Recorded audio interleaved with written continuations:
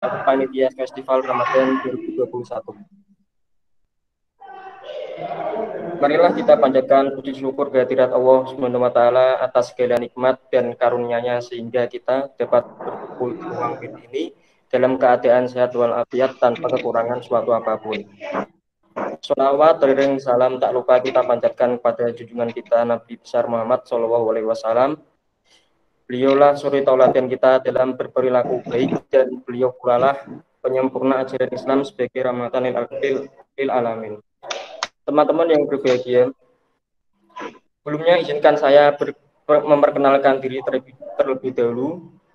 Perkenalkan, nama saya Muhammad Nur Yakin sebagai MC sekaligus moderator pada acara YMT sore ini. Baiklah, selanjutnya saya akan membacakan susunan acara YMT sebagai berikut. Yang pertama adalah pembukaan, yang kedua pembacaan ayat-ayat suci Al-Quran, yang ketiga pembacaan doa khataman bersama, yang keempat penyampaian tauji, yang kelima tanya jawab, dan yang terakhir penutup. Sebelum lanjut ke acara inti, izinkan saya membacakan peraturan khataman pada sore ini. Yang pertama, saat acara dimulai, mahasiswa harap memperhatikan adab dalam menuntut ilmu dan diharapkan untuk mengaktifkan kamera serta mute mikrofon selama acara berlangsung. Yang kedua, sesi tanya jawab terdiri dari beberapa penanya. Bagi yang ingin bertanya, silakan raise hand dan aktifkan mikrofon atau dapat melalui kolom chat serta dipersilakan oleh moderator. Yang ketiga, jangan lupa untuk presensi melalui link yang diberikan panitia dengan mencantumkan bukti foto screenshot acara. Hadirin yang dirahmati Allah, marilah kita awali acara pada sore ini dengan bacaan basmalah bersama. Bismillahirrahmanirrahim. Acara yang kedua ialah pembacaan ayat-ayat suci Al-Quran yang akan dilantunkan oleh Ahina Ahmad Nur Kholis Majid. Kepada Ahina Nur Kholis dipersilakan. Assalamualaikum warahmatullahi wabarakatuh. Waalaikumsalam. A'udzu billahi minasy syaithanir rajim. Bismillahirrahmanirrahim. Was-samaa'i wat-tariq. Wa ma adraka mat-tariq. Najmun as-saqib. Kullu nafsin lamma 'alaiha hafidh. Falyanzuril insanu mimma khuliqa. Khuliqa min ma'in dafiq. Yakhruju min bayni as-sulbi wat-tara'ib. Innahu 'ala raj'ihi laqadir. Yawma tublas sarair. Fama lahu min quwwatin wala nasir. Was-samaa'i dhatir raj' wal 'ardi dhatis sad'. Innahu laqawlun fasl wa ma huwa bil hazl. Innahum yakiduna kaida wa akidu kaida famahhil kaafirina amhilhum ruwaida. Shadallahul azim. Wassalamualaikum warahmatullahi wabarakatuh. Waalaikumsalam. Waalaikumsalam warahmatullahi wabarakatuh. Baik, terima kasih kepada Ahina Nur Kholis yang telah membacakan ayat-ayat suci Al-Quran. Semoga yang membaca maupun yang mendengar mendapat pahala. Amin. Baiklah, selanjutnya kita masuk ke acara inti yaitu pembacaan doa khataman bersama yang akan dipimpin oleh Ustadz Ahmad Ali Ridho MSI sekaligus memberikan tauji dengan tema tafsir surat Ar-Rahman. Kepada Ustadz Ali Ridho dipersilakan. Ya, matur suwun nggih. Alhamdulillah alamin. Allahumma ya Allah ya Rahman ya Rahim, ya Allah ya Malik ya Kudus, ya Allah ya Salam ya Mu'min, ya Allah ya Muhaimin ya Aziz, ya Allah ya Jabbar ya Qahar, ya Allah ya Alimul Hakim, ya Allah ya Sami'ul Basir, ya Allah ya Latiful Khabir. Allahumma sholli ala Sayyidina Muhammad wa ala Sayyidina Muhammad. Allahumma dzakkirni minhu ma nasitu wa 'allimni minhu ma jahiltu. Warzuqni tilawatahu ana al-laili wa asrafan nahar wasuli hujjatan ya rabbal alamin. Allahumma arhamni bil Qur'an waj'alni hujjatan ورحمة وشفاء وشفاءة في الدنيا والآخرة. اللهم نور قلوبنا بالقرآن وزين أخلاقنا بالقرآن ونجنا من النار بالقرآن وأدخلنا في الجنة بالقرآن. ربنا آتنا في الدنيا حسنة وفي الآخرة حسنة وقنا عذاب النار. وصلى الله على سيدنا محمد النبي الأمي وعلى آله وصحبه وسلم والحمد لله رب العالمين.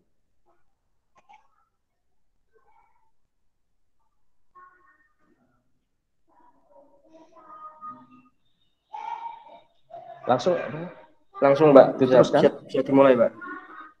Oke. Assalamualaikum warahmatullahi wabarakatuh. Waalaikumsalam warahmatullahi wabarakatuh. Alhamdulillahirrahmanirrahim. Nahmaduhu wa nasta'inuhu wa nastaghfiruh wa na'udzu billahi min syururi anfusina wa min sayyiati a'malina may yahdihillahu fala mudhillalah wa may yudlil fala hadiyalah. Asyhadu an la ilaha illallah wahdahu la syarikalah wa asyhadu anna Muhammadan abduhu wa rasuluh. Allahumma shalli ala sayyidina Muhammad wa ala sayyidina Muhammad.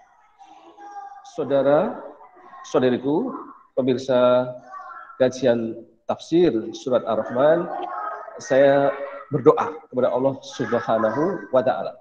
Mudah-mudahan kalian dalam keadaan sehat walafiat, dalam keadaan iman dan Islam, dalam keadaan rezeki yang barokah.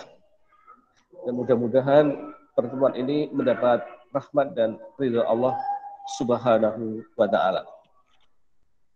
Allahumma shalli ala sayyidina Muhammad wa ala ali sayyidina Muhammad. A'udzu billahi minasyaitonir rajim. Bismillahirrahmanirrahim. Ar-Rahman 'allamal Qur'an, khalaqal insan 'allamahul bayan. Asy-syamsu wal qamaru bi husban wan nasmu wasyajaru yasjudan. Was-samaa'a rafa'aha wa wada'al mizan alla tadghaw fil mizan wa aqimul wazna bil qisti wa la tufsirul mizan. Al-ayah. Saudara-saudaraku yang dirahmati Allah, surat Ar-Rahman ini memiliki satu keistimewaan. Barang siapa yang suka membaca surat Ar-Rahman, maka dia akan dicintai Allah. Maka oleh karena itu, marilah kita membiasakan diri kita untuk membaca surat Ar-Rahman agar kita dicintai dan disayangi Allah. Alhamdulillahirabbil alamin. Sudah siap semuanya ya? Kalau sudah siap, saya akan memulai ya tafsir surat Ar-Rahman. Ar-Rahman atau Allah ya. Siapakah Allah itu? Ada satu latar belakang. Mengapa surat Ar-Rahman ini diturunkan oleh Allah Subhanahu wa taala? Yang pertama, pada saat itu ya, pada abad ke-7, manusia memiliki pandangan yang berlainan atas eksistensi atau keberadaan Allah Subhanahu wa taala. Orang-orang Yahudi menganggap Allah itu adalah Yahweh, Tuhan yang maha keras siksaannya, Tuhan yang suka menghukum. Itu pandangan Yahudi pada saat itu. Mengapa demikian? Karena bangsa Yahudi atau Bani Israel pada umumnya pada saat-saat diturunkan wahyu, baik itu Taurat atau Injil, sedang mengalami masa revolusi. Sehingga memang pada saat itu banyak terjadi pertumpahan darah. Sehingga mereka itu menjuluki Allah sebagai Yahweh, Tuhan yang suka menghukum yang tidak memiliki kasih sayang. Jadi ayat-ayat yang diturunkan kepada mereka pada umumnya adalah ayat-ayat tentang masalah vital, masalah wajib militer. Memang hal yang wajar karena pada saat itu bangsa Bani Israel atau bangsa Yahudi sedang menghadapi peperangan, baik itu dengan tentara Fir'aun atau pada zaman Nabi Isa dengan tentaranya Romawi dan sebagainya.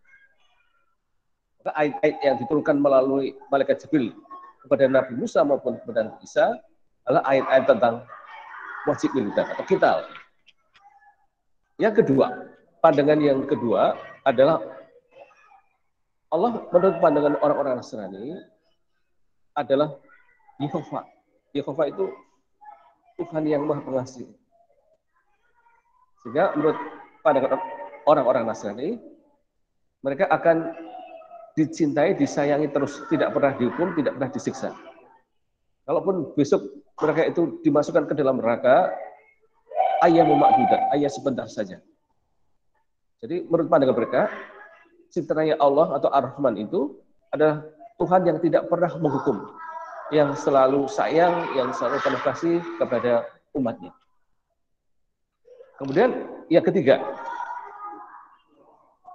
menurut bangsa Sasanid atau Iran, citra Allah itu digambarkan Ahura Magyu dan Ahura Mazda. Jadi mereka punya Tuhan dualitas. Kalau orang Kristen kan trinitas. Kalau orang-orang Sasanid atau Iran itu punya dua Tuhan, Ahura Mazda atau Tuhan yang terang dan Ahura Magyu, Tuhan yang gelap. Itulah latar belakang mengapa Allah SWT melalui surat Ar-Rahman ini menjelaskan siapa dirinya secara lengkap. Baiklah, lalu bagaimanakah pandangan Quran yang diturunkan kepada Nabi Muhammad tentang Ar-Rahman tersebut? Ar-Rahman bagi umat Islam, bagi kaum muslimin dan muslimat adalah Allamal Quran. Itu yang pertama. Nomor urut yang pertama. Jadi ketika orang mendengar atau memahami siapakah Allah, siapakah Ar-Rahman, maka jawaban yang pertama adalah Allamal Quran. Dia yang telah mengilmukan atau mengajarkan Al-Quran. Satu ilmu yang bernama Al-Quran. Jadi Quran itu adalah nama daripada ilmu Allah. Sebelumnya kan ada Injil, ada Taurat, ada Suhuf dan sebagainya. Nah, yang diturunkan kepada Nabi Muhammad SAW adalah namanya Al-Quran. Dan inna hadzal fi suhufil ula, suhuf Ibrahim dan Musa. Jadi apa yang diturunkan kepada Nabi Muhammad itu berupa Quran itu sama isinya dengan yang diturunkan kepada Nabi Musa dan sama isinya dengan yang diturunkan kepada Nabi Ibrahim. Jadi Tuhannya umat Islam itu bukan Yehova, bukan Yahweh, bukan Ahura Mazda, tetapi adalah Al-Quran.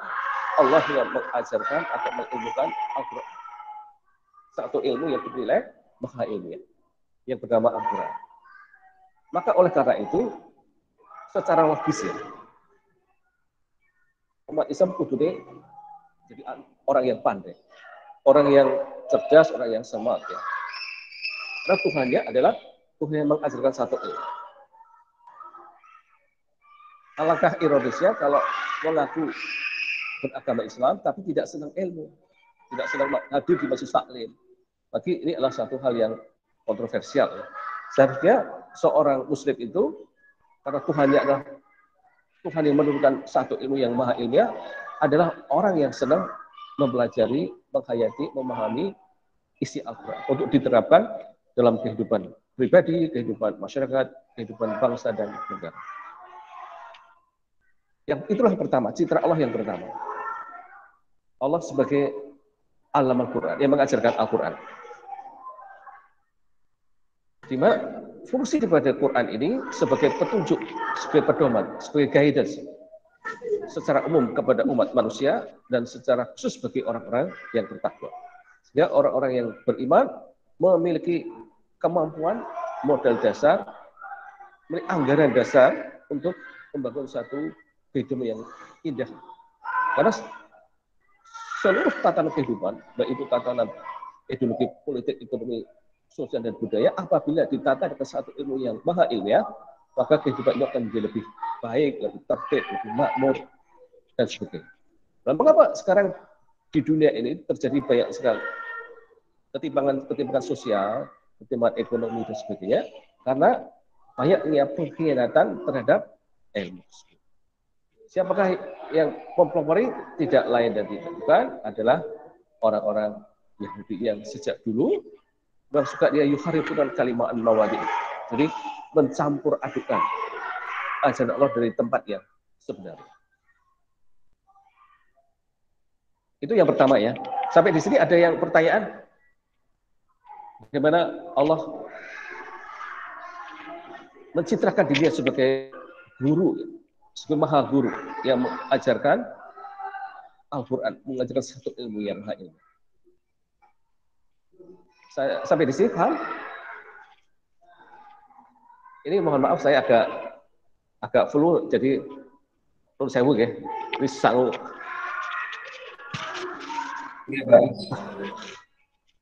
Sudah paham ya? Teman-teman semua di sini ada yang tanyakan? Monggo. Belum ada, Mas. Ada, dilanjut saja. Belum ada ya? Ya, dilanjut ya. Dilanjut. Terus yang kedua, jadi kalau kita ingin tahu, ingin paham tentang siapa Allah itu, yang pertama tadi Allah sebagai alimu, sebagai pengilmu daripada ajaran Allah. Yang kedua, Allah sebagai pencipta manusia. Khalaqal insan.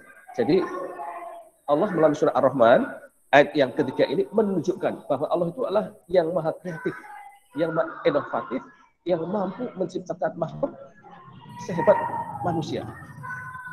Luar biasa manusia itu. Sesungguhnya kami telah menciptakan manusia fi ahsani taqwim, dalam bentuk yang sebaik-baiknya. Fi ahsani taqwim, dalam bentuk yang sebaik-baik. Yang tidak ada satupun makhluk di dunia dan di alam semesta yang lebih hebat daripada manusia. Manusia itu dari segi otaknya aja ya, kalau kita bicara masalah ilmu otak ini, itu lebih hebat daripada 1000 komputer. Dalam teori psikometik, manusia itu bisa menghafal kamus Britanik, bisa menguasai kamus tebal Britanik, bisa memiliki 12 gelar. Bayangkan ya, bisa memiliki 12 gelar yang berbeda. Itu makhluk Allah seperti itu. Jadi kemampuan yang luar biasa. Dan yang paling umum, bisa hafal dan menguasai Al-Quran. Itulah kemampuan otak manusia luar biasa. Karena kalau binatang yang lain, misalnya kera, gitu, tidak bisa menghafalkan Al-Quran. Tidak bisa menghafalkan kamus yang tebal-tebal. Apalagi kamus lisanul Arab yang panjangnya lebih dari 1 meter gitu ya. Tapi manusia mampu untuk bisa menghafal dan memahami kamus yang sangat tebal. Bahkan ensiklopedia yang sangat tebal, manusia mampu memahami. Itulah kehebatan otak manusia. Kemudian dari matanya. Mata manusia itu juga luar biasa. Kadang dilebihkan Allah daripada mata Raja Wali. Pada suatu ketika Umar bin Khattab pernah berkhutbah ya. Kemudian dia melihat pasukannya terdesak sehingga Allah Subhanahu wa taala membuka matanya Umar bin Khattab, Khalifah Umar bin Khattab, agar memberikan satu komando kepada pasukannya yang sedang terdesak. Dari jarak yang sangat jauh. Itulah kalau mata ini sudah dibukakan oleh Allah Subhanahu wa taala, dia mampu melihat dari jarak yang berkilau-kilometer. Itu semua tentunya atas izin dari Allah Subhanahu wa taala. Kemudian penciuman manusia ya. Penciuman manusia itu juga lebih hebat daripada penciuman makhluk-makhluk yang lain. Contohnya ya, Nabi Yakub. Nabi Yakub itu di surat Yusuf disampaikan, dia bisa mencium adanya Nabi Yusuf dari jarak ratusan kilometer. Itu salah satu kehebatan Nabi Yakub, bisa mencium jarak dari keberadaan putranya Nabi Yusuf dari jarak yang sangat jauh, ratusan kilometer. Jadi penciuman manusia itu kalau dilatih, itu bisa lebih hebat daripada makhluk lain. Dan contoh lain yang bukan Nabi, bukan Rasul, itu adalah para ahli parfum ya. Kan jadikan berkunjung ke perusahaan parfum tingkat internasional, itu juga akan bisa melihat sendiri para ahli parfum itu bisa membedakan ratusan bau yang berbeda. Sehingga mereka bisa mengetahui si A pakai parfum apa, si B pakai parfum dari jarak beberapa meter. Itulah kehebatan daripada penciuman manusia. Kemudian juga pendengaran manusia. Itu apabila benar-benar dioptimalkan, dia bisa mendengarkan dari jarak ratusan meter. Adi Kusumo ya, seorang trainer di Indonesia ini, dia mengaku bisa mendengarkan suara manusia dari jarak 300 meter. Kan luar biasa. Itu satu kelebihan-kelebihan yang Allah berikan kepada hamba-hambanya yang menyimpulkan bahwa ciptaan manusia itulah ciptaan yang luar biasa. Jadi jangan pernah merasa rendah diri sebagai seorang manusia, karena kalau kita benar-benar bisa menggunakan akal pikiran, panca indera kita untuk kebutuhan-kebutuhan yang baik, kebutuhan positif, maka Allah akan meningkatkan kemampuan panca indera kita dalam memahami berbagai masalah kehidupan. Tetapi kalau Allah sudah menutup telinganya, menutup matanya, menutup hatinya, maka manusia bisa jatuh ke level yang paling rendah seperti binatang. Bahkan bisa membunuh, membantai yang lebih buas daripada binatang. Kita bisa menyaksikan sendiri di muka bumi ini dari Perang Dunia Pertama, Kedua, konflik rasial, konflik agama di berbagai negara, betapa manusia yang sudah kehilangan iman, kehilangan ruh, mampu menjadi predator, makhluk yang lebih buas daripada singa. Itulah khalaqal insan. Sampai di sini ada yang ingin ditanyakan? Kalau enggak, saya lanjutkan ya. Kemudian yang ketiga, siapakah Allah itu? Ya. Jadi pertama tadi, Ar-Rahman Alamal Quran, Khalaqal Insan, Alamahul Bayan. Yang ketiga, Alamul Bayan. Alamul Bayan itu adalah Allah yang mengilmukan satu ilmu tentang al-bayan. Dan tentunya kalian akan bertanya-tanya, apa itu al-bayan? Al-bayan itu satu rangkaian keterangan. Al-bayan adalah satu rangkaian informasi yang sistematis, yang integral, yang menerangkan tentang ayat-ayat kauniyah, ayat-ayat tentang pasti alam. Itu namanya al-bayan. Jadi antara teks yang ada dalam Al-Quran tentang ayat-ayat al-bayan itu sama persis dengan fakta dan realita yang ada di alam semesta dan di muka bumi ini. Yang keduanya saling menjelaskan. Dalam istilah Quran adalah ayatun bayinatun, ayat yang saling menjelaskan. Di antara ayat kauniyah menjelaskan ayat kauniyah. Ayat kauniyah disebutkan dengan ayat kauniyah. Itu namanya hak. Hak itu artinya objektif ilmiah. Antara teori sama kenyataannya adalah pas.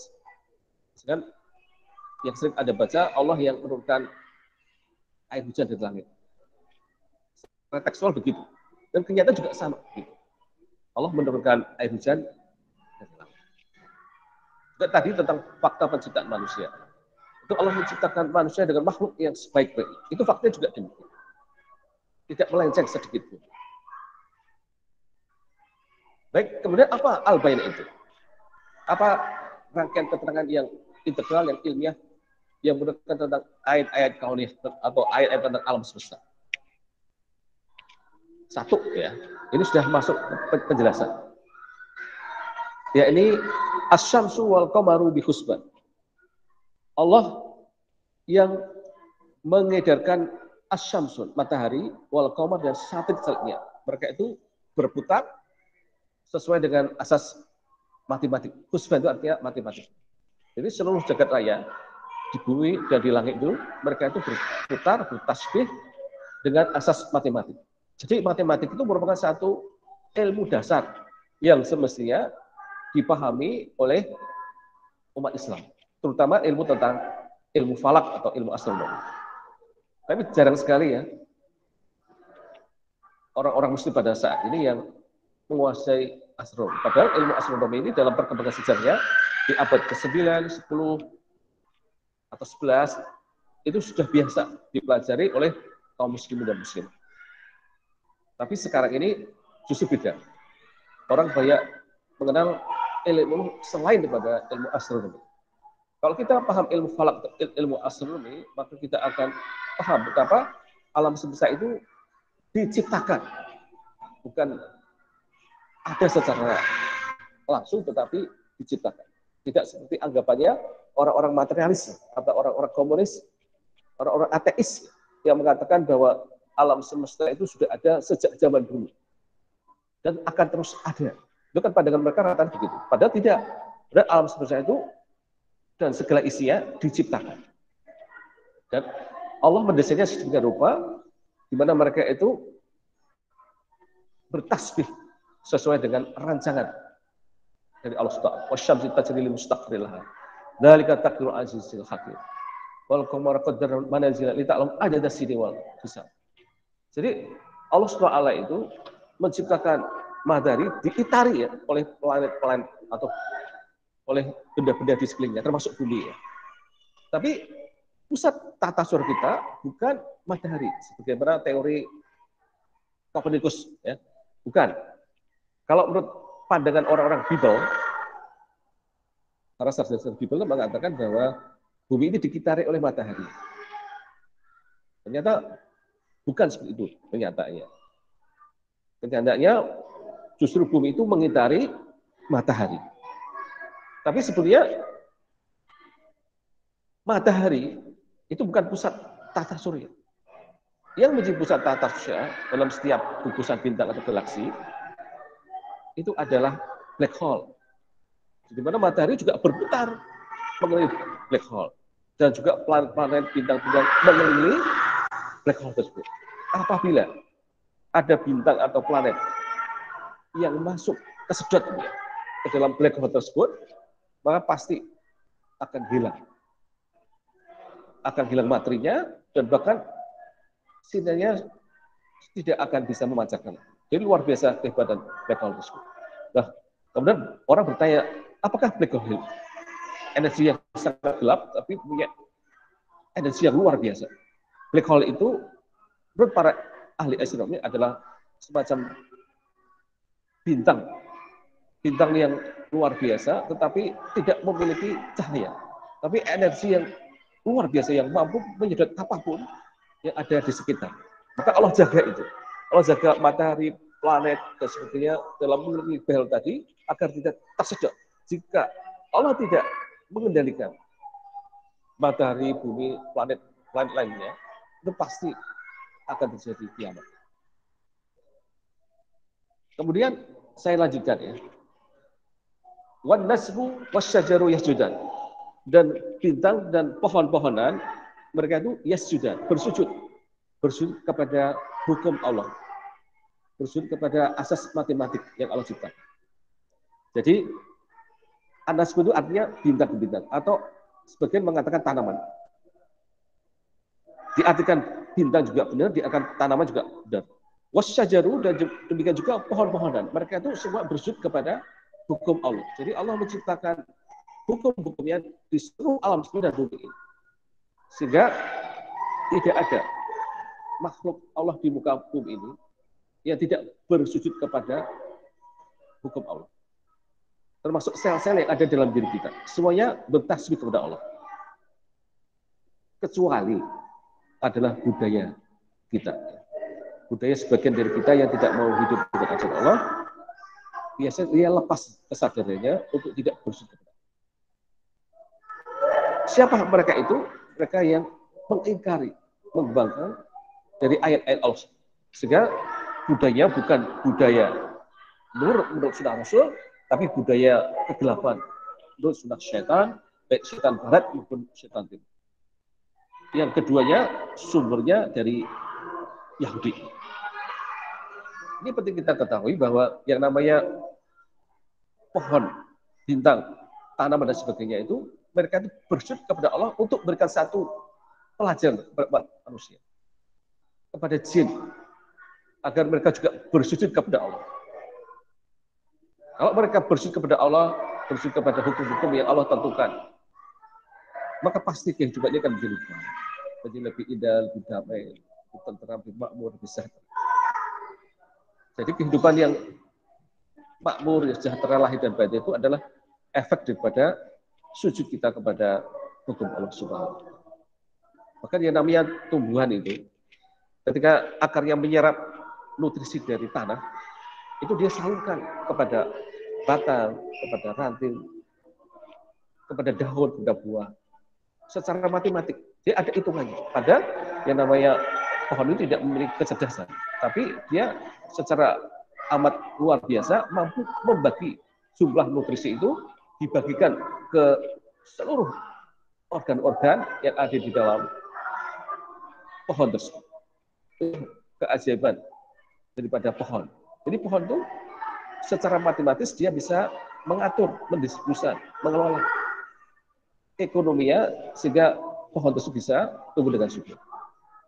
Banyak keajaiban yang terjadi dalam pohon itu. Ada pohon yang mampu mengeluarkan air yang sangat deras, luar biasa. Itu bukti kekuasaan Allah Subhanahu wa Ta'ala. Ada pohon yang di dalamnya itu ada api yang sangat besar, tapi pohon itu tidak terbakar. Ada pohon yang membentuk tulisan La ilaha illallah. Dan semua itu menunjukkan tanda-tanda kekuasaan Allah. Betapapun mereka itu pohon tidak memiliki kecerdasan, tidak memiliki intelijensi seperti manusia, tetapi mereka senantiasa bertasbih sujud kepada hukum Allah. Sampai sekian, ada ingin ditanyakan? Monggo, silakan.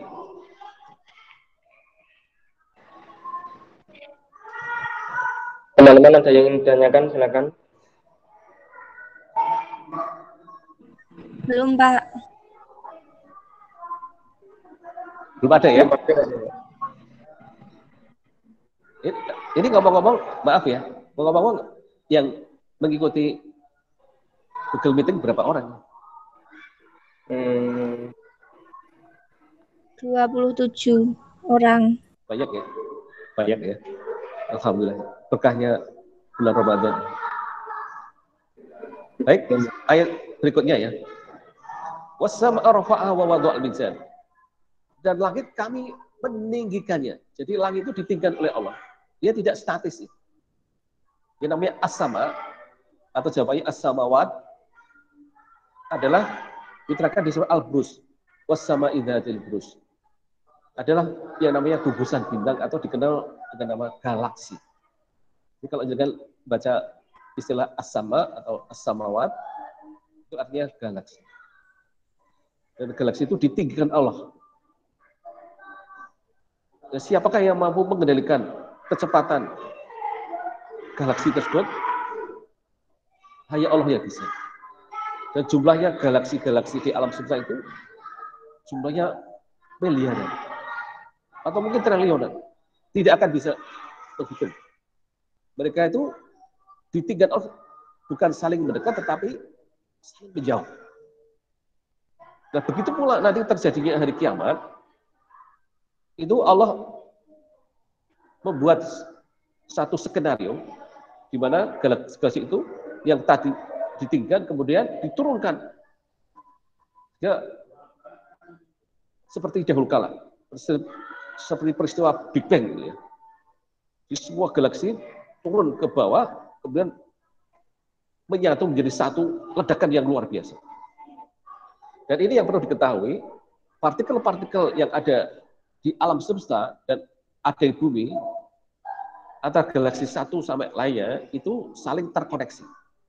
Karena mereka berasal dari unsur zat yang sama. Jadi pada saat itu kan ketika alam semesta itu belum ada, Allah menciptakan satu materi yang sangat dahsyat sekali. Kemudian Allah ledakan, dum, gitu ya, yang dikenal dengan peristiwa Big Bang. Kemudian terjadilah peristiwa yang luar biasa, di mana banyak sekali terjadi bintang-bintang, planet-planet, asteroid dan sebagainya. Yang mana mereka itu semuanya berputar, bertasbih menurut perintah Allah. Jadi antara partikel purba yang pertama kali diciptakan sampai partikel yang paling jauh yang sekarang ini berada di alam semesta itu, mereka memiliki koneksi yang erat sekali. Bahkan ucapan manusia yang ada di bumi itu berpengaruh terhadap frekuensi di alam semesta yang jauhnya itu triliunan kilometer. Jadi misalkan seperti itu. Misalkan ada orang mengatakan seperti itu di dalam Quran, hampir-hampir langit atau alam semesta itu pecah karena ucapan manusia mengatakan bahwa Allah itu mengambil anak. Ucapan manusia yang hanya berupa gelombang suara yang tidak produktif itu bisa menggoncangkan arsy Allah Subhanahu wa taala. Itu contoh nyata betapa gelombang suara manusia itu sangat terkait dengan keberadaan alam semesta yang jaraknya bertriliun-triliun kilometer. Maka berhati dalam berbicara ada hukum law attraction, hukum tarik-menarik antara kehidupan budaya di bumi ini dan yang ada di langit. Jadi peristiwa-peristiwa apapun yang terjadi di bumi ini itu sangat berpengaruh dengan kejadian yang di alam semesta. Mengapa banyak sekali terjadi bencana-bencana di bumi ini? Adalah perbuatan-perbuatan manusia yang merusak alam. Termasuk ucapan-ucapan, tulisan-tulisan yang tidak baik, ucapan yang suka memfitnah orang lain. Itu juga akan mempengaruhi kualitas daripada alam semesta. Wa wadu al-mizan, dan Allah meletakkan al-mizan, keseimbangan atau neraca itu, sehingga kehidupan di alam semesta dan bumi ini menjadi seimbang. Tidak cuma seimbang secara ekosistem saja ya, tapi juga seimbang secara politik, seimbang secara ekonomi, seimbang secara budaya. Jadi prinsipnya hukum keseimbangan itulah yang nanti akan sangat mempengaruhi kehidupan dan kualitas hidup manusia. Kalau yang namanya al-mizan itu dilanggar, hukum keseimbangan itu dilanggar, pasti akan terjadi banyak masalah. Baik itu terjadi di alam semesta maupun yang ada dalam kehidupan sosial budaya atau sosial ekonomi sosial politik. Prinsip hukum keseimbangan. Siapapun yang melanggar hukum keseimbangan itu yang Allah sudah tetapkan di dalam Al-Quran maupun di dalam Injil maupun dalam Taurat, maka pasti dia akan merasakan musibah-musibah besar dalam kehidupan manusia. Jadi musibah itu bukan berasal dari Allah, bukan. Musibah bukan siksaan dari Allah, bukan, tetapi berasal dari kezaliman manusia itu sendiri, kesalahan manusia itu sendiri. Sehingga terjadi berbagai macam bencana, yaitu bencana banjir, angin topan, dan sebagainya. Karena tidak terjadi keseimbangan tadi. Allah tadghaw fil mizan, maka janganlah engkau itu merusak keseimbangan tersebut. Karena kalau keseimbangan atau neraca kehidupan itu dilanggar, maka pasti akan terjadi banyak bencana. Misalkan kekeringan. Dampaknya kekeringan apa? Kemiskinan. Karena nggak bisa tanam. Kalau orang nggak bisa tanam, nggak bisa panen. Kalau nggak bisa panen berarti akan terjadi ledakan kemiskinan. Seperti kasus di negara-negara Afrika itu. Ketika yang panjang membuat bangsa Afrika mati kelaparan. Juga keseimbangan dalam masalah ekonomi misalkan.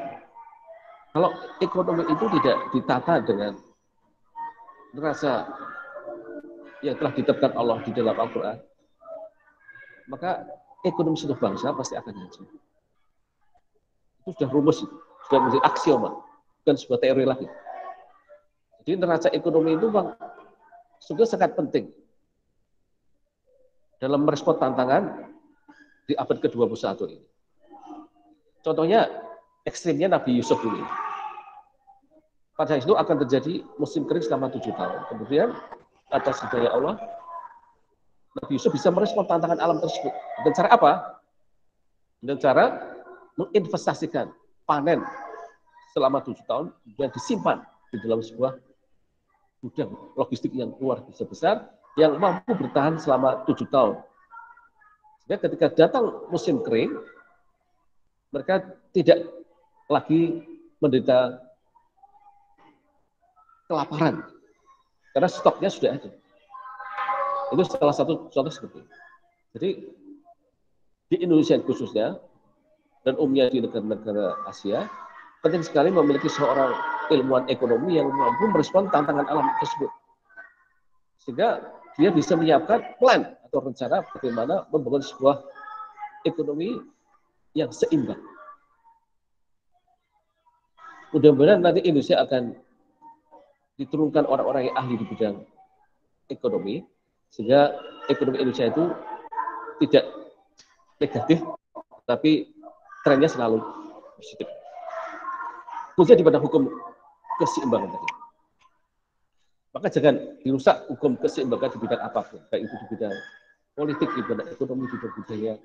Kalau dirusak, pasti akan terjadi masalah yang besar bagi kehidupan umat manusia.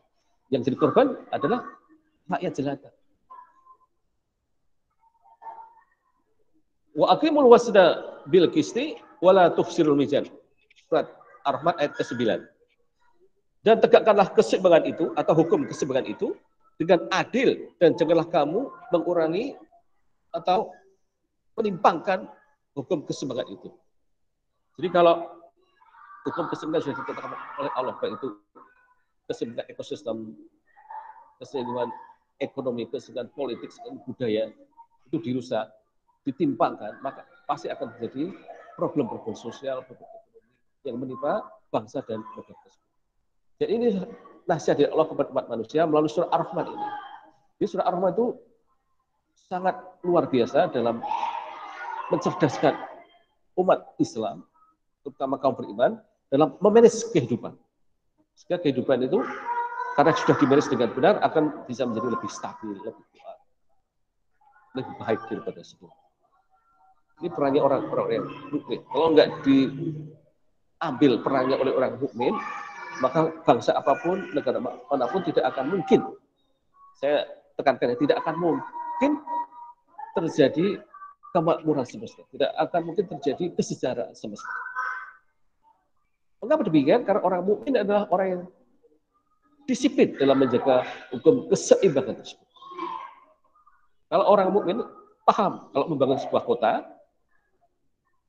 dia harus sediakan 10% untuk air, dan 10% sampai 20% untuk pohon-pohonan. Sehingga penduduk kota tersebut mampu menghirup udara yang berkualitas, oksigen yang sehat. Tapi kalau suatu kota itu tidak ada pohon-pohon atau hanya sedikit saja, airnya juga sedikit, maka akan banyak terjadi pencemaran udara. Banyak terjadi polutan-polutan. Sehingga apa? Dampaknya banyak orang stres, banyak orang yang suka marah, banyak orang kehilangan kendali emosi. Karena apa? Karena otaknya kurang oksigen yang sehat. Itulah pentingnya membangun sebuah kota yang dirancang dengan plan yang seimbang. Antara air, pohon-pohonan, gedung atau perumahan, itu harus dirancang dengan sebaik. Ya, tirulah negeri Jepang gitu ya. Di istana Kaisar Jepang itu sekelilingnya adalah hutan belantara. Sehingga Kaisar Jepang itu bisa menghirup udara dengan sehat dan segar. Itu contoh nyata sekali. Nah, mengapa hal itu tidak ditiru ya? Sampai sekian dulu. Ada yang ingin ditanyakan? Monggo, silakan. Nanti kami akan lanjut ke persoalan metodologi dan sistematika.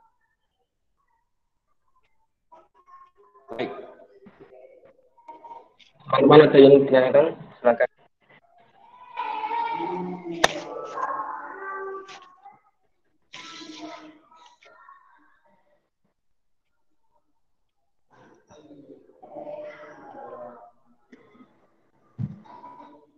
Monggo, Bapak-bapak, Mas, Bapak, kita dialog saja. Saya bukan yang paling pintar, tapi kita berbagi ilmu saja ya. Mudah-mudahan ilmu ini dapat memberikan pencerahan kepada saya dan kepada panjenengan. Bisa bermanfaat bagi saya, bermanfaat bagi panjenengan. Monggo silakan kalau mau tanya atau sharing.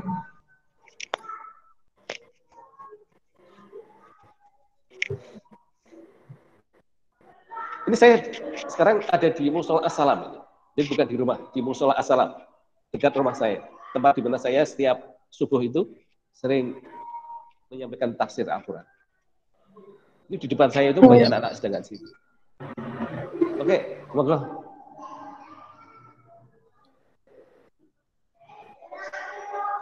Silakan teman-teman yang ingin ditanyakan bisa open mic atau menulis di kolom chat.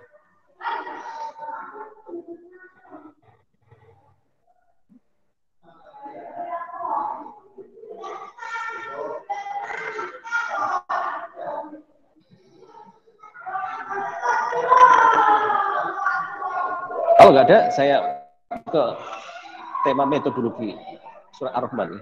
Oke, Pak, monggo, Pak. Siap? Oke. Ya, ya, betul loh. Ya baik, metodologi surat Ar-Rahman. Jadi surat Ar-Rahman itu yang buat bukan Nabi Muhammad, yang buat bukan malaikat Jibril, bukan ya. Tapi surat Ar-Rahman itu diturunkan oleh Allah SWT melalui malaikat Jibril kepada Nabi Muhammad SAW untuk menjelaskan tentang fenomena kenyataan alam semesta, alam makro maupun alam mikro. Gunanya apa? Gunanya agar kita memiliki sudut pandang yang jelas, sudut pandang yang benar dalam membaca dan memahami surah Ar-Rahman. Jadi surah Ar-Rahman itu tidak cuma dicari pahalanya saja, tetapi secara metodologis yang benar adalah surah Ar-Rahman itu dibaca, dipahami, dimengerti, ditilawah. Misalnya ditilawah. Itu agar timbul kesadaran bahwa Allah Subhanahu wa Ta'ala yang menciptakan alam semesta dan bumi dan segala isinya. Di mana di situ Allah Subhanahu wa Ta'ala menciptakan hukum-hukum mizan, keseimbangan. Baik keseimbangan ekologi atau ekosistem, keseimbangan politik, keseimbangan ekonomi, keseimbangan budaya, sehingga dengan menegakkan keseimbangan itu akan terciptalah kehidupan yang bahagia, yang makmur, yang sejahtera. Jadi kuncinya memang ada di hubungan mizan atau neraca kehidupan. Itu secara metodologis seperti itu. Kemudian secara sistematika surah Ar-Rahman. Ada sistematika surat dan sistematika ayat. Sistematika surat dari surah Ar-Rahman itu merupakan penjelasan-penjelasan atau uraian-uraian atau dedahan-dedahan daripada surat Al-Fatihah. Gimana Ar-Rahman Ar-Rahim. Jadi Ar-Rahman Ar-Rahim itu dijelaskan di surat Ar-Rahman. Siapakah Ar-Rahman itu? Dijelaskan, didedahkan, diuraikan secara panjang itu, secara detail di surat Ar-Rahman. Jadi ketika kita buka surat Ar-Rahman, nah secara sistematika surat merupakan satu penjelasan atau uraian yang detail tentang siapakah Ar-Rahman. Jadi sehingga setiap orang yang membaca surat Ar-Rahman tahu bisa menjelaskan siapakah Ar-Rahman. Suatu saat ketika di alam barzakh misalkan malaikat bertanya, siapakah Allah itu? Siapakah Ar-Rahman itu? Maka kalian akan bisa menjawab. Allah atau Ar-Rahman adalah Allah. Allah. Maka malaikat akan tersenyum. Itulah guna kita mengkaji Al-Quran. Tetapi kalau orang yang tidak pernah mengkaji Al-Quran, ditanya, siapakah Allah itu? Siapakah Ar-Rahman itu? Dia akan pelongo-pelongo. Atau paling-paling dia mengucapkan seperti perkataan orang-orang kafir, Allah adalah pencipta alam semesta. Jadi orang-orang kafir, orang ateis, itu sebagian mengakui bahwa Allah itu adalah pencipta alam. Abu Jahal, Abu Lahab itu, dia hanya memahami Allah sebagai pencipta aja.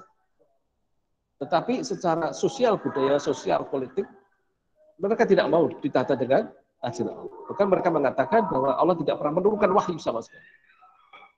Makanya ketika kita mengkaji surat Ar-Rahman, salah satu manfaat besarnya adalah kita bisa memahami Allah, siapakah Allah itu, siapakah Ar-Rahman itu secara utuh. Tidak cuma sebagai pencipta alam semesta, tapi yang lebih penting, yang lebih substansial ada Allah, ada Alamul Quran. Itu yang nanti akan membedakan batas antara mukmin sama kufur. Siapa yang beriman dengan Al-Quran, maka dia mukmin. Siapa yang menolak, membangkang Al-Quran, dia kufur. Apapun rasnya, apapun bangsa. Jadi ini alam Al-Quran, ilmu itu sangat menentukan kehidupan seseorang, baik di dunia maupun di akhirat. Siapapun yang keluar dari garis Quran, maka pasti dia akan masuk garis kegelapan. Alhamdulillah. Kemudian khalaqal insan, Allah sebagai pencipta manusia. Allah sebagai yang mengajarkan al-bayan, rangkaian keterangan atau sistem informasi yang menerangkan tentang ayat-ayat kauniyahnya. Untuk ayat-ayat pasti alam. Kemudian secara sistematika surat Ar-Rahman itu diringkas, disimpulkan di surat Al-Ikhlas. Di surat Al-Ikhlas, juga di surat An-Nas, juga di surat Al-Falaq. Jadi ketiga surat itu merupakan simpulan-simpulan daripada surat Ar-Rahman. Itu secara sistematika seperti itu. Sistematika surat. Dia surat Al-Fatihah, pertama ayat Ar-Rahman Ar-Rahim, dijelaskan di surat Ar-Rahman secara gamblang, kemudian diringkas di surat Al-Ikhlas, di surat Al-Falaq, dan surat An-Nas. Jadi kalau kita baca surat Al-Ikhlas, surat Al-Falaq, surat An-Nas itu merupakan satu ringkasan ilmu dari surat-surat panjang. Kemudian sistematika ayat daripada surat Ar-Rahman, ayat yang pertama, yakni Ar-Rahman, itu adalah merupakan ayat inti. Kemudian ayat berikutnya sebagai penjelasan, Alamul Quran, Khalaqal Insan, Alamul Bayan, dan seterusnya sebagai penjelasan dari surat Al-Quran. Kemudian penutupnya atau ayat kesimpulannya itu adalah ayat yang ke-78. Tabarakasmu rabbika dzil jalali wal ikram. Satu kehidupan yang penuh berkah atas nama Tuhanmu. Ya, kehidupan yang penuh berkah itu akan bisa terwujud adalah atas nama Tuhanmu, atas nama Rabbmu, atas nama pendidikmu, atas nama pemelihara hidupmu, atas nama pemimpin hidupmu. Yang memiliki jalal, keagungan, wal ikram, kemuliaan. Jadi barang siapa yang hidup sesuai dengan desain, dengan hukum Ar-Rahman yang ada dalam kehidupan ini, maka Allah akan mewujudkan keberkahan. Tabarakasmu rabbika dzil jalali wal ikram. Satu kehidupan yang penuh dengan keberkahan, kemakmuran, kesejahteraan lahir dan sayangnya sebagian besar manusia tidak mengimani ayat tersebut. Hanya orang-orang yang mendapatkan hidayah Allah, yang mau hidup sesuai dengan desain hukum keseimbangan, yang mampu menseimbangkan kehidupan politik, kehidupan ekonomi, kehidupan budaya, sehingga tercipta satu kemakmuran dan kesejahteraan. Itu simpulan daripada surat Ar-Rahman di ayat ke-78. Ayat terakhir sebagai ayat simpulan. Walhamdulillah. Kemudian cara berpikir secara sistematis bahwa sistematika ayat maupun sistematika surat sehingga kita difahamkan oleh Allah dalam memahami sebagian daripada surat Ar-Rahman. Ini masih banyak sekali ya yang belum saya terangkan, tapi karena keterbatasan waktu saya belum bisa menerangkan secara detail ayat-ayat berikutnya, mungkin pada saat hal yang lain. Walhamdulillah. Moga kalau ada yang ingin ditanyakan. Baik Pak, terima kasih. Sungguh luar biasa sekali materi yang disampaikan oleh Bapak Ustadz Ali Ridho. Langsung saja kepada teman-teman, jika ada yang ingin ditanyakan bisa open mic atau menulis di kolom chat meet. Baik, ini ada yang ingin tanya Pak. Saya bacakan ya. Oke. Assalamualaikum. Saya Ulfi dari Ubis. Dari Ubis izin bertanya. Dalam surat Ar-Rahman terdapat ayat Fabi ayyi ala'i rabbikuma tukadziban. Di dalam surat Ar-Rahman ayat tersebut diulang hingga beberapa kali. Lalu apakah ada keistimewaan dari ayat tersebut? Iya. Ya Pak, monggo. Oke, jadi mengapa kata Fabi ayyi ala'i rabbikuma tukadziban itu diulang-ulang berkali-kali ya? Coba dihitung sendiri ya. Itu menandakan betapa Allah itu mengkritik manusia yang memiliki kecerdasan yang luar biasa di atas spesies lain. Betapa alam semesta sudah dihamparkan sedemikian rupa, itu mengapa mereka tidak mau hidup dengan hukum keseimbangan yang terjadi di alam semesta itu. Sehingga mereka itu mendustakan. Jadi mendustakan di situ bisa juga bermakna mencampur adukan. Senantiasa mencampur adukan antara hak yang batil. Sehingga tidak jelas lagi mana yang hak, mana yang batil, karena sudah dicampur adukan. Dan karakter seperti itu senantiasa diulang oleh orang-orang Yahudi di sepanjang sejarah. Jadi kan kalau membaca sejarah peradaban manusia, maka yang terjadi adalah pencampur adukan antara yang hak dan batil. Baik itu yang terjadi di Eropa, di Mesir, di India, di Palestina, di Babylon, dan sebagainya, sampai di Indonesia. Itu isinya tentang pencampur adukan antara hak yang batil. Jadi kata mendustakan di situ fokusnya lebih ke mencampur adukan kebenaran dengan kebatilan, sehingga yang batil menjadi rusak dengan hak, yang hak jadi rusak dengan yang batil. Itu tidak jelas lagi mana yang hak dan mana yang batil. Demikian Mas yang bisa saya sampaikan. Sudah puas? Dari Bang Fi sendiri ada tanggapan atau sudah terjawab semuanya?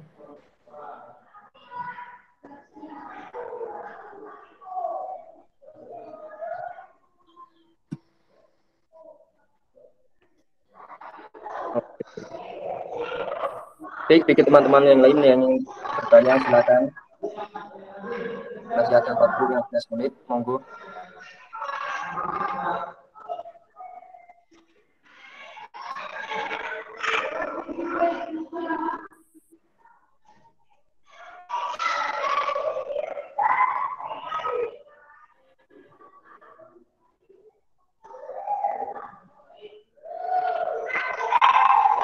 Monggo kalau mau sharing atau bertanya. Tiga lagi, Mbak. Assalamualaikum Pak Ustadz. Saya Martianas mau tanya, bagaimana dari tafsir mana ayat dari... bagaimana tafsir ayat ke-43, yaitu inilah neraka jahanam yang didustakan orang-orang. 40 berapa?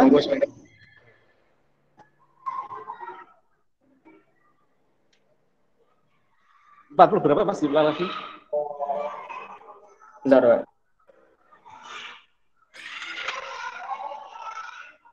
Bagaimana tafsir ayat ke-43, yaitu inilah neraka jahanam yang didustakan orang-orang yang berdusta. Oh, 43. Jadi, Pak, 43. Ya, 43. Jadi hari jahanamul lati yukadibu bihal muslimin gitu. Itu kan 43 itu.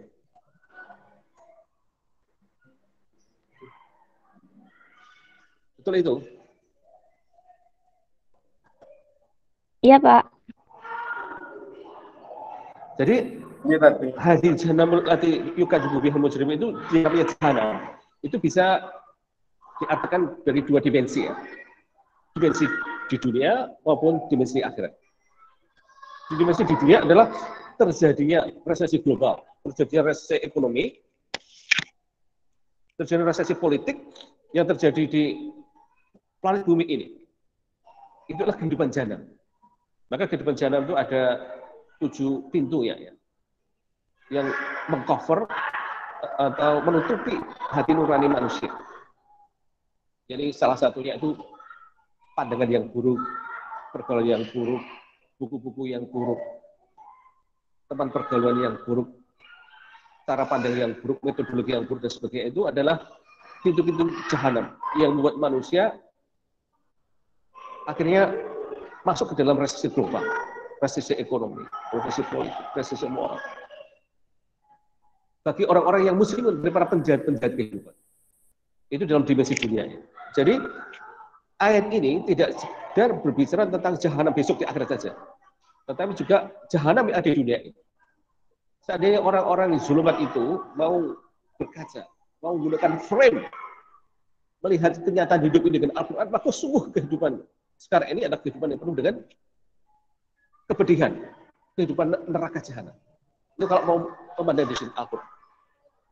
Tapi karena pandangannya kacamatanya itu kacamata hitam, dia tidak bisa merasakan dan melihat bahwa sebenarnya kehidupan di dunia ini ada kehidupan jahanam. Itu dari segi kehidupan sosial budaya. Sedangkan besok di akhirat, kehidupan jahanam itulah diperuntukkan bagi ashabul masy'amah, orang-orang yang menolak, mengkufuri, membangkang ajaran Allah. Itu masuk ke golongan 3 ya, ashabul masy'amah. Mereka dimasukkan ke dalam neraka jahanam. Sebagai penjahat-penjahat kehidupan yang dulu memerangi Rasul, memerangi sahabat-sahabat Nabi, memerangi ulama-ulama, memerangi keturunan Nabi. Itu besok walaupun agamanya Islam, KTP agama Islam, yang masuk ke jahanam. Sebagai konsekuensi logis atas perilaku mereka dalam menfitnah orang-orang yang beriman. Demikian Mas, yang bisa saya jelaskan dari surat Ar-Rahman 43 ini. Iya Pak, terima kasih Pak. Jadi Mbak Martiana, apakah ada tanggapan atau sudah terjawab semua pertanyaannya? Udah, Kak. Oke. Bagi teman-teman yang lain yang ingin ditanyakan, monggo masih ada satu kesempatan bertanya.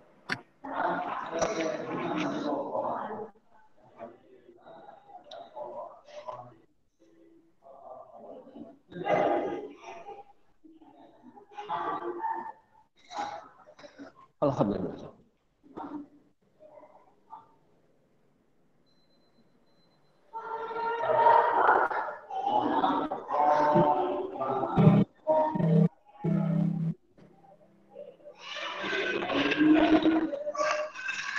Silakan teman-teman, masih ada satu kesempatan bertanya sebelum penutupan acara. Jadi yang perlu saya garis bawahi dalam mempelajari baca surah Ar-Rahman itu, ketika kita baca surah Ar-Rahman, itu tidak cuma dimensi fisik saja, dimensi materi saja, tapi di situ juga ada dimensi sosial, dimensi sosial ekonomi, dimensi politik. Sehingga kita ketika menafsirkan surat Ar-Rahman itu akan lebih hidup. Seolah-olah surat Ar-Rahman itu senantiasa berdialog dalam kehidupan kita sehari. Itu yang saya garis bawahi dalam membaca surat Ar-Rahman.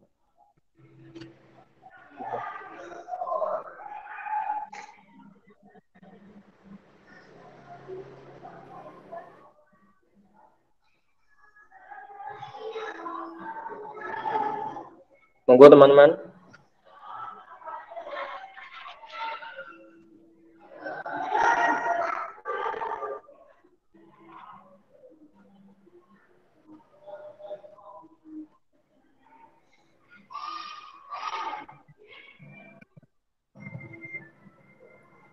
Mengingatkan kembali pada teman-teman yang lupa untuk mengikuti kegiatan web absen ya.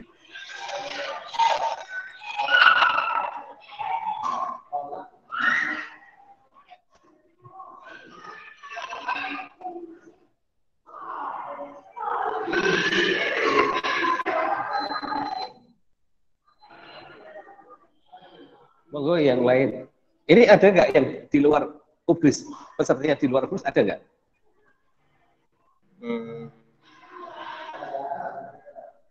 Sepertinya nggak ada, Pak. Ada, Pak. Ada.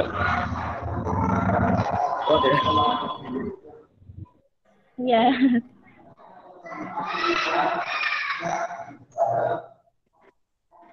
Oh, ini Mbak Martiana bertanya lagi, Mbak. Ya. Apakah tafsir gambaran bidadari seperti permata, yakut, dan marjan? Ya. Monggo, Itu Pak. berbicara, gimana? Apakah tafsir gambaran bidadari seperti permata, yakut, dan marjan? Iya. Itu bahasa perumpamaan Mas ya. Jadi dalam Quran itu ada bahasa muhkamat, ada bahasa mutasyabihat. Yang tergambar di surah Ar-Rahman ini adalah bahasa mutasyabihat, bahasa simbolik, bahasa ungkapan. Sehingga yang paling penting adalah menangkap pesan-pesan itu dalam kehidupan nyata. Jadi bidadari yang begitu elok ya, yang terbuat dari marjan tadi ya. Itulah satu gambaran wanita yang suci, pikiran yang suci, hati yang suci. Jadi lebih menekankan pada aspek human resource-nya, bukan pada fisiknya. Jadi bidadari dimaksud adalah wanita-wanita yang mempunyai kualitas yang sangat tinggi, kualitas iman, kualitas Islamnya, dia betul-betul menjaga cara berpikirnya, perilakunya. Nah, mereka itu digambarkan seperti yakut wal marjan. Seakan-akan mereka itu permata yakut dan marjan. Ayat ke-58. Itu seakan-akan. Dari itu, seakan seperti permata yakut dan marjan. Itu menunjukkan kualitas seorang wanita. Di mana kualitas seorang wanita itu menentukan peradaban suatu bangsa. Kalau kualitas manusia dalam jenis wanita ini baik, ya, bermoral, berilmu dan sebagainya, maka bangsa itu akan menjadi bangsa yang maju. Demikian juga sebaliknya, kalau kualitas manusia jenis wanita itu buruk, cara berpikir buruk, ilmunya juga buruk, ya, perilaku buruk, maka bangsa itu pasti akan runtuh. Penggambarannya seperti itu. Jadi bahasa simbolik itu diperlukan dalam sebuah teks karena bahasa simbolik itu kalau dibaca oleh orang dari masa ke masa, bahkan usia sampai berabad-abad itu akan selalu hidup. Akan selalu menarik dan menimbulkan inspirasi baru. Beda dengan bahasa yang muhkamat, bahasa hukum gitu. Itu langsung orang baca sudah paham. Jadi kalau diulang-ulang itu biasanya cenderung membusarkan. Tapi kalau bahasa simbolik, bahasa mutasyabih itu akan bisa menimbulkan inspirasi baru. Ilmu-ilmu baru, pengetahuan-pengetahuan baru, sehingga teks itu akan selalu hidup dari masa ke masa. Demikian Mas penjelasan saya. Baik, Pak, terima kasih, Pak. Karena waktu sudah menunjukkan jam 5 sore dan pertanyaan sudah 3 penanya, kita sudah memasuki penutup ya, Pak. Dan mohon izin, Pak, untuk dokumentasi sebentar ya.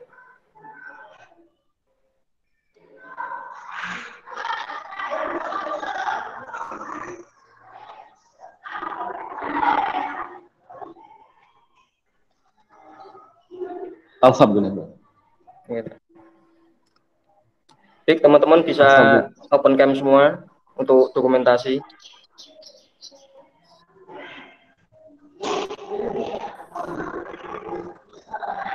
Operator sudah siap ya?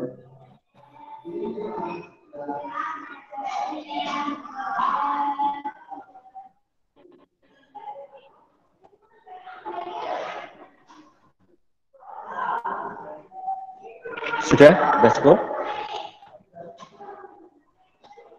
Kita ulang lagi, Pak.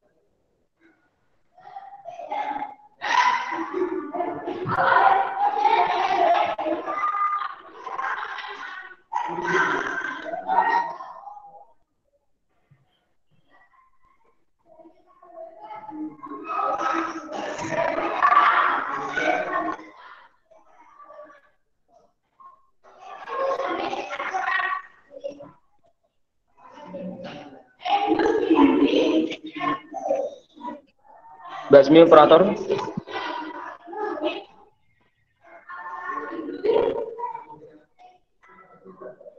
Ya, dihitung mundur aja, Kak.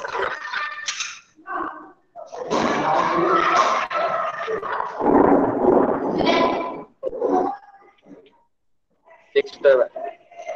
Terima kasih pada Pak Ustadz Ali Ridho. Ya, sama-sama. Saya juga terima kasih. Dipersilakan untuk Pak Ustadz Ali Ridho, bila ada keperluan lain meninggalkan ruang ini, Pak.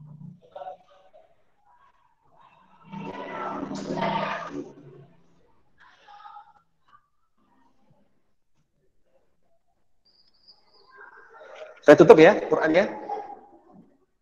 Iya, Pak, monggo, Pak.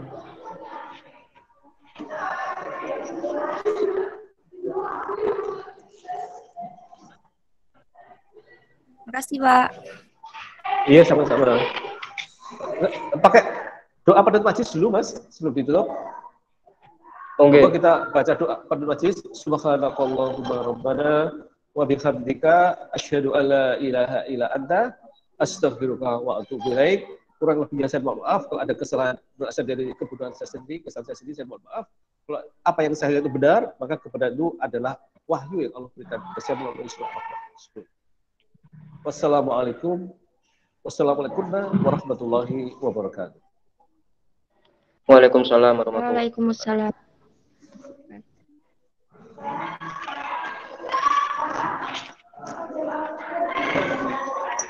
Okay.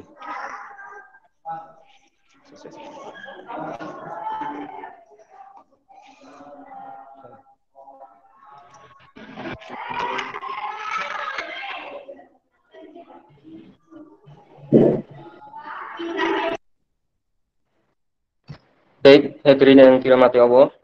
Tiba saatnya pada rangkaian acara yang terakhir, yakni penutup. Marilah kita tutup acara pada sore ini dengan bacaan hamdalah.